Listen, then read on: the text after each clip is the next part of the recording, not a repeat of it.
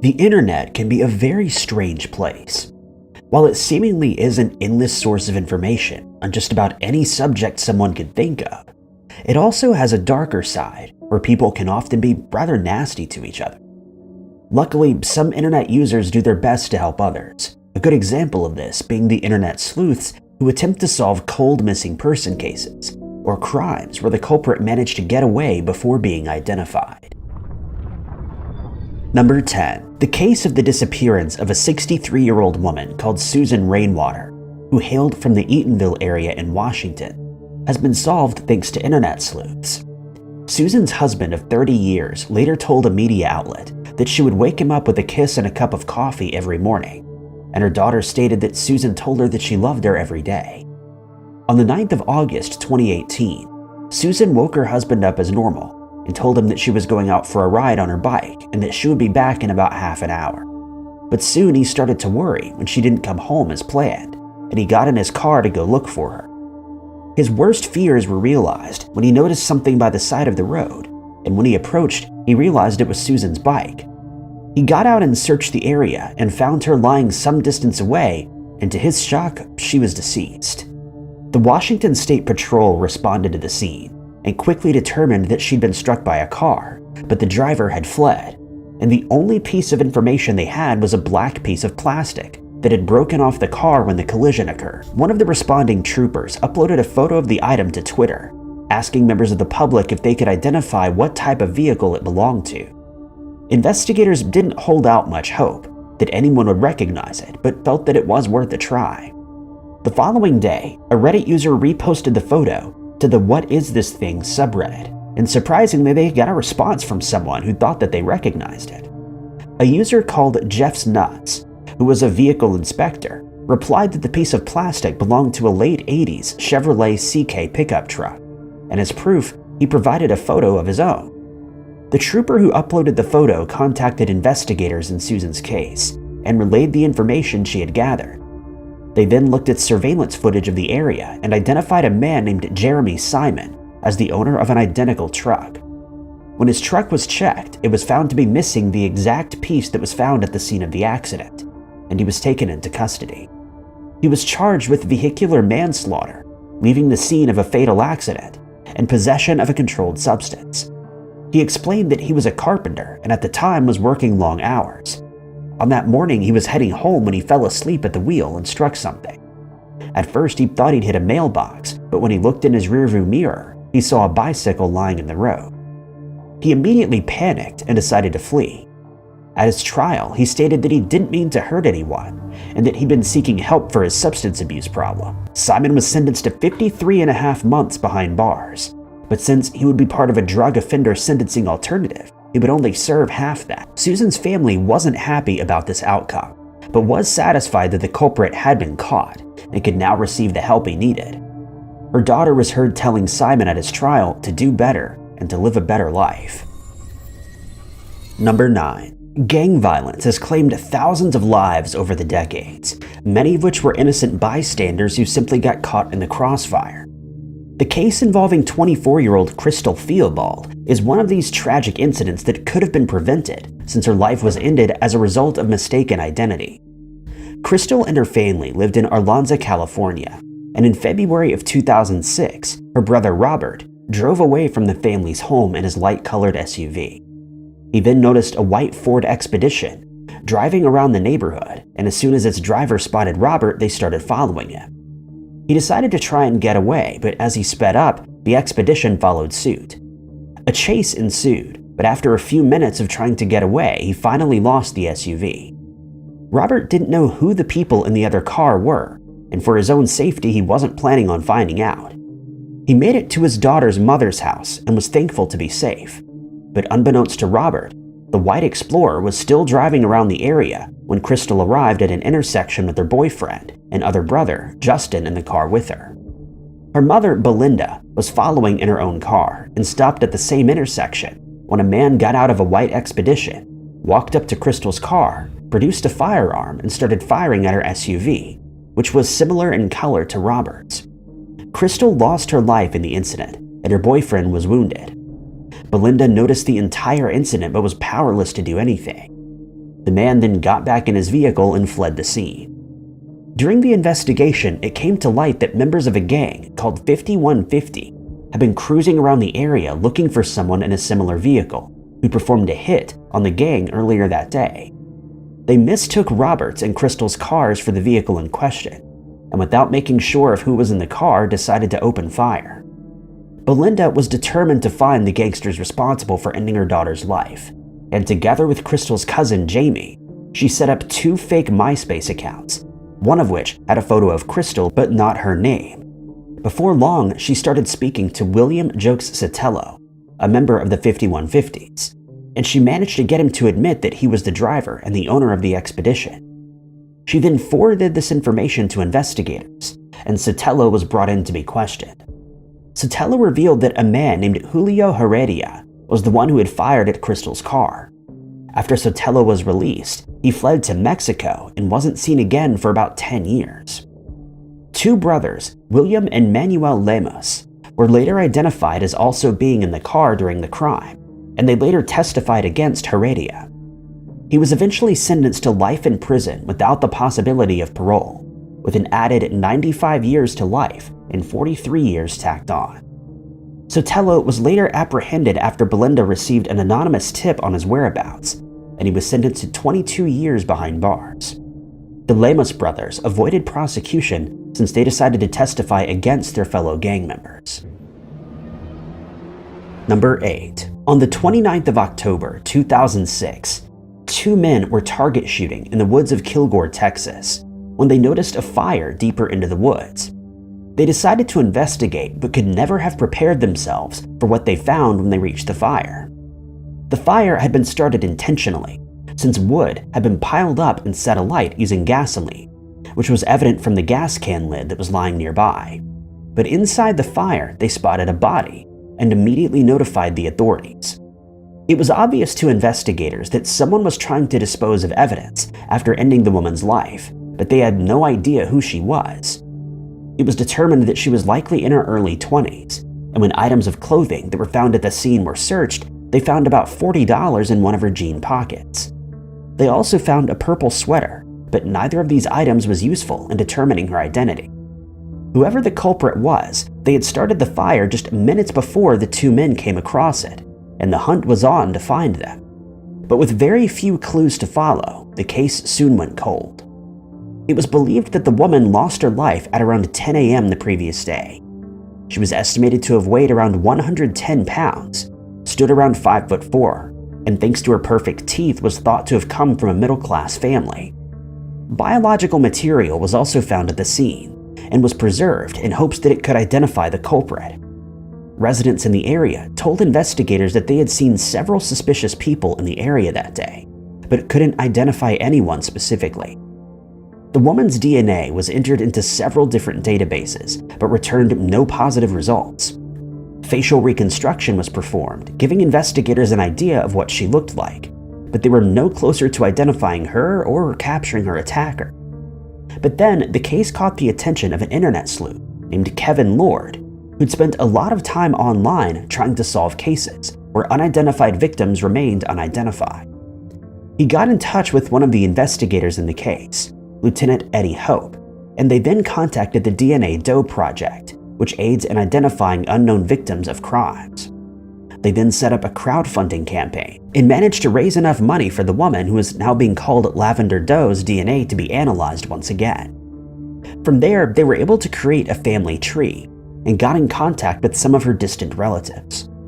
As a result, she was finally identified as Dana Lynn Todd, and her family was notified. A man named Joseph Wayne Burnett eventually confessed to attacking Dana and ending her life. He also confessed to ending the life of his former girlfriend, Felicia Pearson, in 2018. He told investigators that he met Dana when he was at a Walmart. She was selling magazine subscriptions, and he managed to convince her to get into his car. He claims that she stole some of his money while in his car, and he then decided to end her life. Dana's family struggled to come to terms with her passing, but was grateful that her case had finally been solved. Burnett pleaded guilty to both homicide charges, and he was sentenced to 100 years in prison. It may have taken 12 years, but thanks to internet sleuths working together with law enforcement, Dana was identified and her attacker was brought to justice. Number 7. The disappearance of Linda Pagano, who hailed from Akron, Ohio, is one that has baffled her family and investigators since 1974. But thanks to a keen internet sleuth, investigators were finally able to make some headway. The case started on the 1st of September of that year, when Linda attended a concert, but when she got home later than she was supposed to, it caused some friction in the family's home on Carnegie Avenue. She and her stepfather got into a heated argument that resulted in him telling her to leave the house, which she then did while still angry. It was a decision that he would come to regret, as Linda never returned home and her fate remained unknown. During the investigation, her stepfather told investigators that she left the house on foot, but that he didn't know where she planned to go. Her brother Michael immediately had a bad feeling about her disappearance. He and other members of their family suspected that her life may have been ended and that her stepfather may have been responsible, but no evidence to support this theory was ever found. The resulting searches turned up no further clues, and no one came forward to report that they'd seen her after she walked away from the house. The case went cold, and Linda's mother passed away without ever finding out what happened to her. Her stepfather passed away in 1990, and Michael was certain that he would pass away one day without his sister being found, but thankfully he was wrong. More than 40 years after she went missing, the case would see new life when a Reddit user with the username CallMeIce took an interest in the case. She learned that on the 5th of February 1975, 5 months after Linda disappeared, 3 boys were walking along the Rocky River in Strongsville when they came across skeletal remains, and they immediately contacted the police. The scene was thoroughly searched, but no evidence was found to identify the deceased person. When an autopsy was performed, it was determined that the remains belonged to a woman in her late teens or early 20s, and that her life had been ended with a firearm.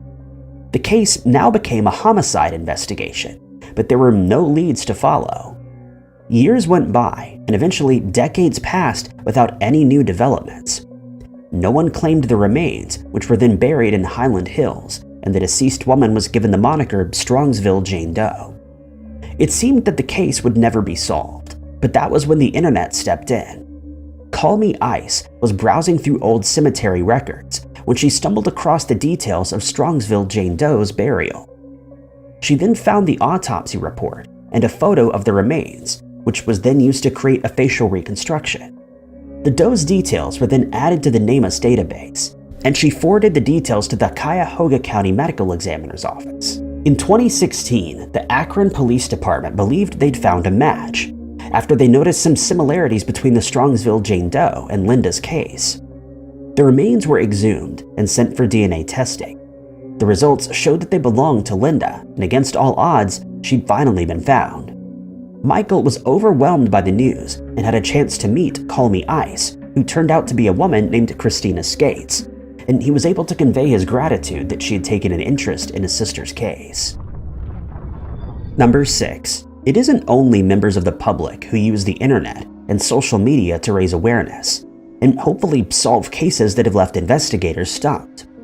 One case involving 24-year-old Mike Pimentel from Liberty Village in Toronto, Canada, was solved thanks to a detective who decided to reach out to the public via Twitter, now known as X. On New Year's Day of 2012, Mike was leaving the Liberty Grand Banquet Hall at Exhibition Place after celebrating the arrival of the new year. But he somehow got separated from his group of friends and they were unable to find him. Later that morning, at around 3 a.m., someone stumbled across Mike near Liberty Street and realized that he'd been injured. The police were called, and it was determined that Mike had been attacked with a sharpened blade. He was rushed to the hospital but sadly passed away soon after. The case had now turned from an assault investigation into a homicide case, and the police started hunting for clues. Footage from the night in question showed a man who they considered to be a person of interest, and images were released to the public along with an appeal for anyone who recognized him to come forward. They described the man as Caucasian, in his mid-20s, standing between 5'6" and 5'7" inches tall, with short hair and a slim build. But no one came forward, and the investigation ground to a halt until Detective Staff Sergeant Tim Bowie decided to approach it from a different angle. He and his wife had been listening to a podcast called Serial, which discusses unsolved cold cases. He usually found these cases to be complicated and sometimes boring, but noted that the podcast summed all the details up nicely, which seemed to grab their audience's attention. He decided to use social media in the same way and started uploading information and photos from Mike's case to Twitter. First was a photo of a woman who was seen with a person of interest.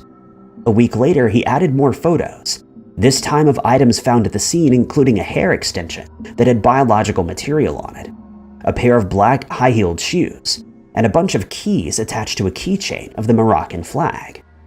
He uploaded more information every Saturday, and before long, social media users were hooked by the mystery. Tips and inquiries started flooding in, and eventually investigators got a break in the case, though they didn't disclose which of the tweets had resulted in the needed information. They discovered that the man they were looking for was 30-year-old Sean Poirier, who was then taken into custody. Poirier stated that he acted in self-defense during a street fight that had broken out between him and Mike, and he pleaded not guilty to a charge of second-degree murder. He says that he and the woman in the photos, his girlfriend Sasha Harton, had been bar hopping, and when he stopped to relieve himself on a street corner, they were confronted by Mike, who Poirier claimed started screaming at them. He added that after Mike threw him to the ground, he grabbed his blade from Harton's purse and used it to fight back, resulting in Mike's injuries. Mike then simply turned and walked away from the fight.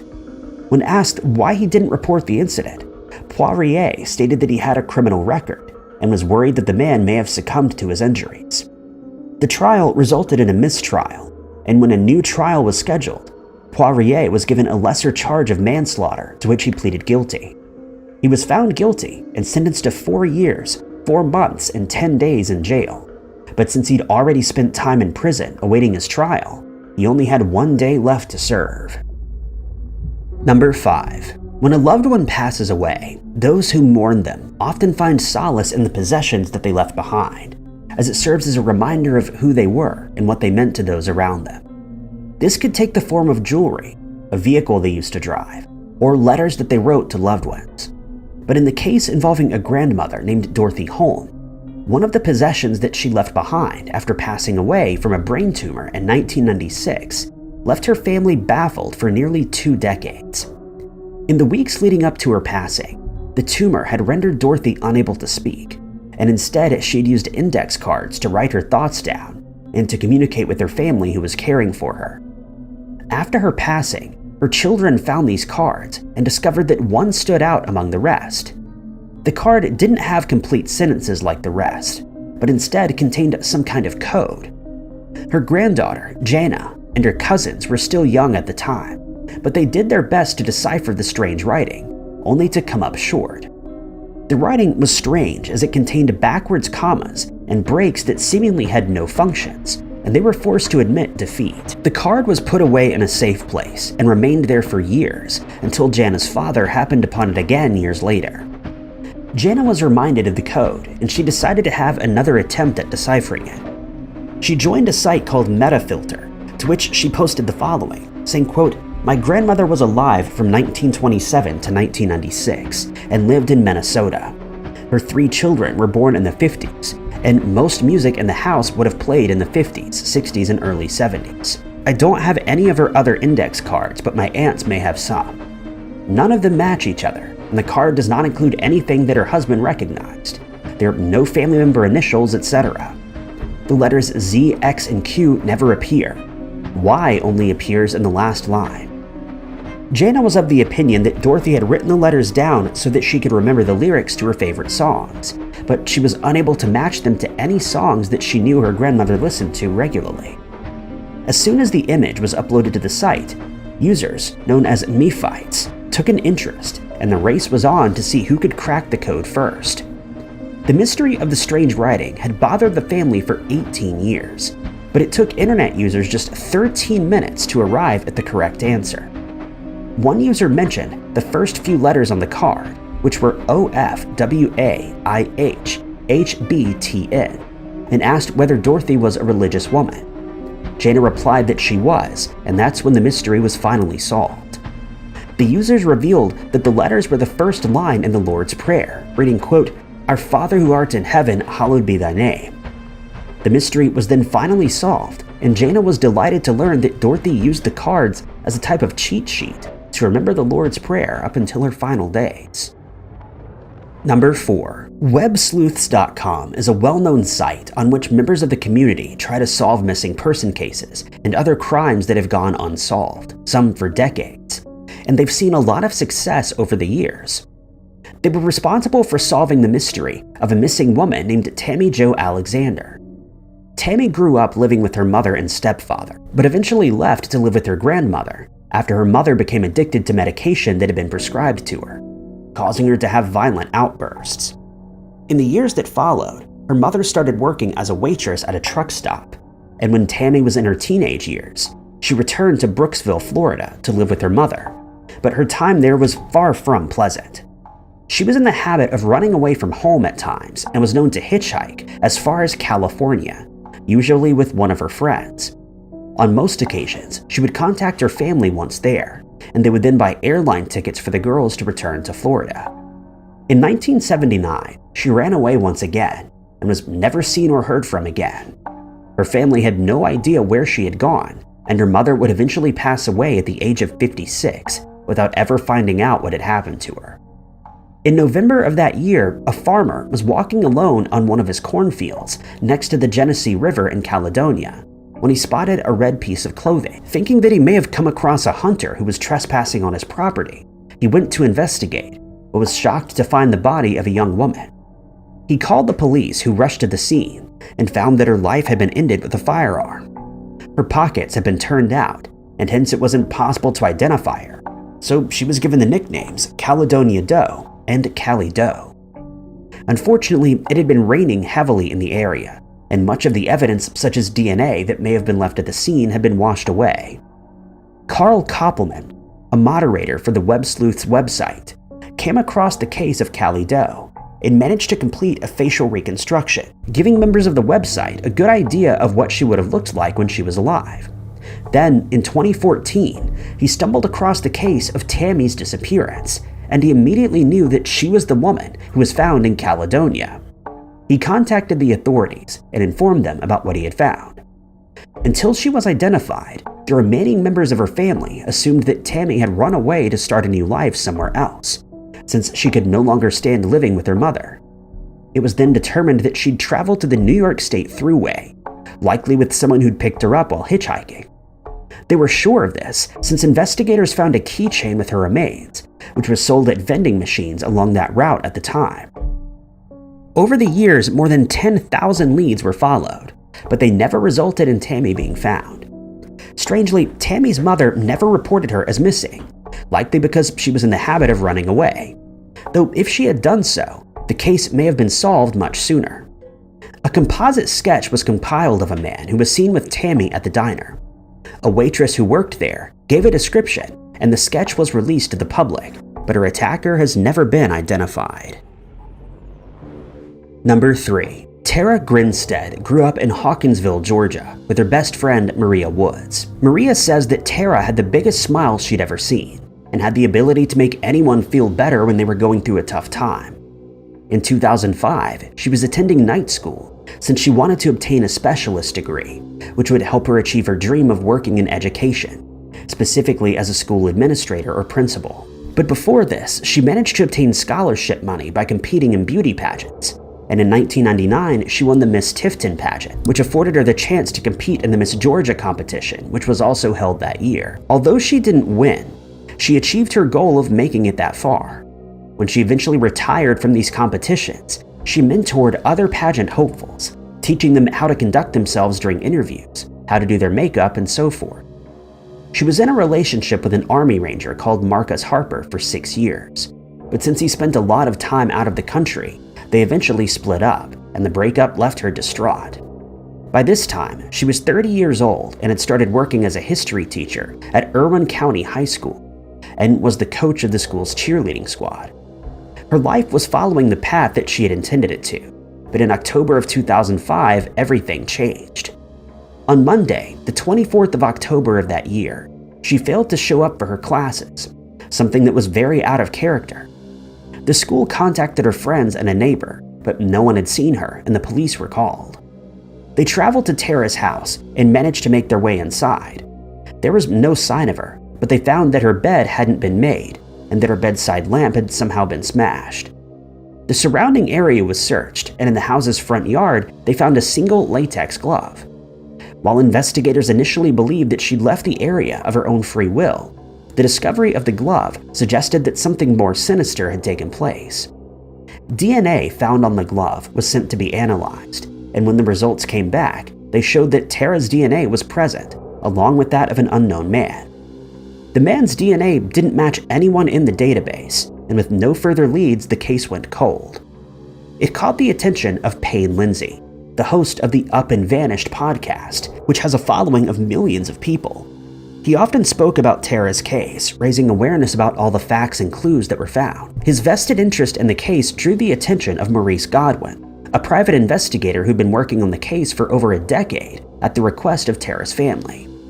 He contacted Payne, and together they started looking at the case again, starting from the very beginning. They looked at new leads that had come in thanks to the podcast. While all of the details had not been released, Georgia police were able to identify a suspect in the case and announced that a man named Ryan Duke had been taken into custody. It was discovered that he was one of Tara's former students, and a week later, a friend of his, Bo Dukes, was also arrested. It was then revealed that Ryan Dukes had broken into Tara's home, and when he was discovered, he ended her life. He then confessed to Duke, who has no relation to him, and together they disposed of her body on a nearby farm. The attention garnered by the podcast had prompted Brooke Sheridan, Duke's girlfriend, to contact the police, and she revealed that he'd confessed to her that he was the culprit. Agent J.T. Ricketson from the Georgia Bureau of Investigation stated that the media and the podcast were instrumental in bringing the two men to justice.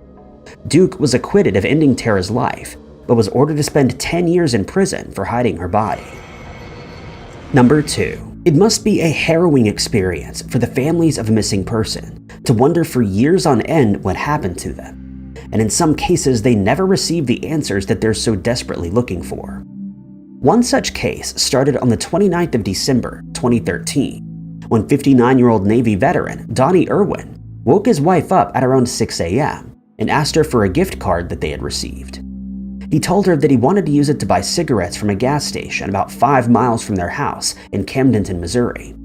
She got up, gave him the card, and since it was early, went back to sleep. When she woke up later, she was surprised to find that Donnie wasn't home, which she found strange since the gas station was close to the house. She contacted the police and one of her friends, Mindy Sales, and Donnie was reported as missing. Investigators scoured through CCTV footage of the area, but he was never seen on the route to the gas station, and it was believed he never made it that far. No further clues were found, and it was suggested that he may have ended up in one of the Ozarks lakes. Teams of divers hired by Donnie's family periodically searched the waters for over 4 years, but to no avail, as no sign of him was found. It was noted that Donnie suffered from PTSD, and that he had other mental health issues, but it wasn't known whether this played a part in his disappearance. Then, in 2022, the case caught the attention of a YouTuber named James Hinkle, who had a history as a firefighter, rescue scuba diver, and drone operator. Since Donnie's disappearance had taken place close to his home, he decided to investigate it, and he traveled to the Ozarks with his kayak, diving equipment, and a drone. He searched through lakes, drove around back roads, and even dove into flooded quarries for several months, uploading his efforts to his YouTube channel. Then, in December of 2023, James was flying his drone above a pond near Donnie's home when he spotted the silhouette of a car beneath the water. He contacted the police, who recovered the car, a Hyundai Elantra, and the remains that it contained. They realized amongst the remains there was an artificial hip that matched Donnie's, and it was confirmed that Donnie's disappearance had been solved.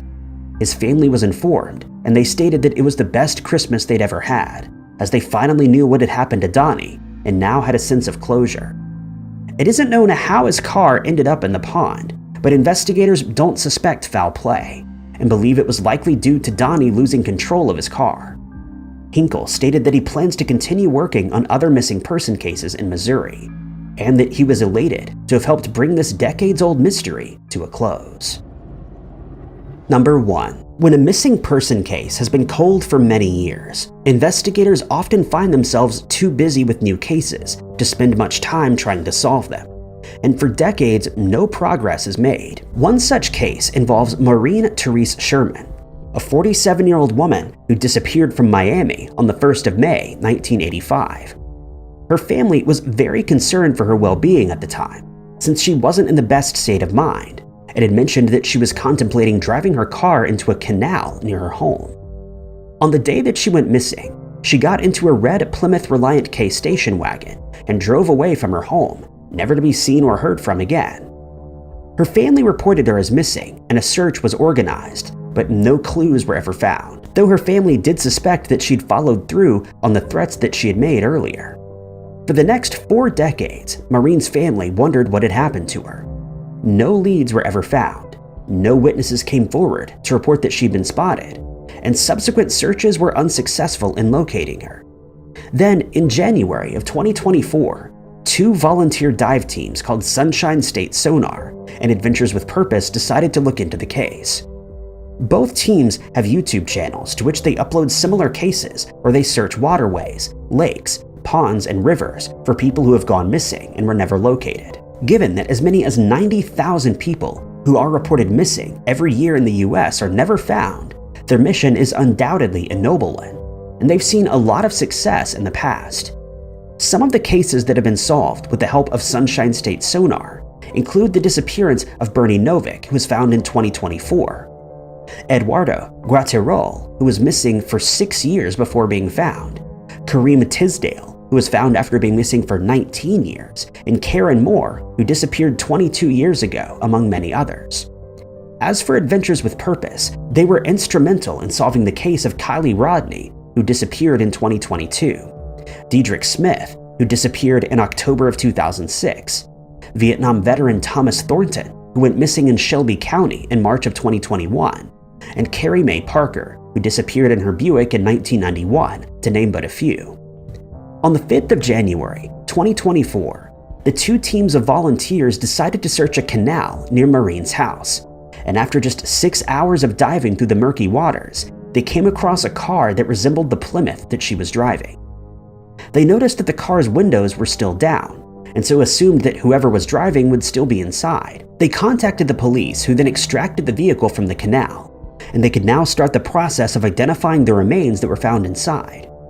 Thanks to part of the car's license plate and the remains within the car, it was confirmed that Maureen had finally been found, and her family was able to lay her to rest as they had hoped to do for the last 40 years since she disappeared. That same weekend, the 2 teams were able to find another 3 people who had disappeared, and eventually located 5 missing people in a span of just 6 days. They continue with their mission and hope to bring closure to many more families in the years to come. Thank you guys so much for watching. If you liked this video, be sure to hit that like button. Also, don't forget to subscribe and click that notification bell to keep up to date with all of our future uploads. But my name is Ty Knotts, and I'll catch you guys in the next video.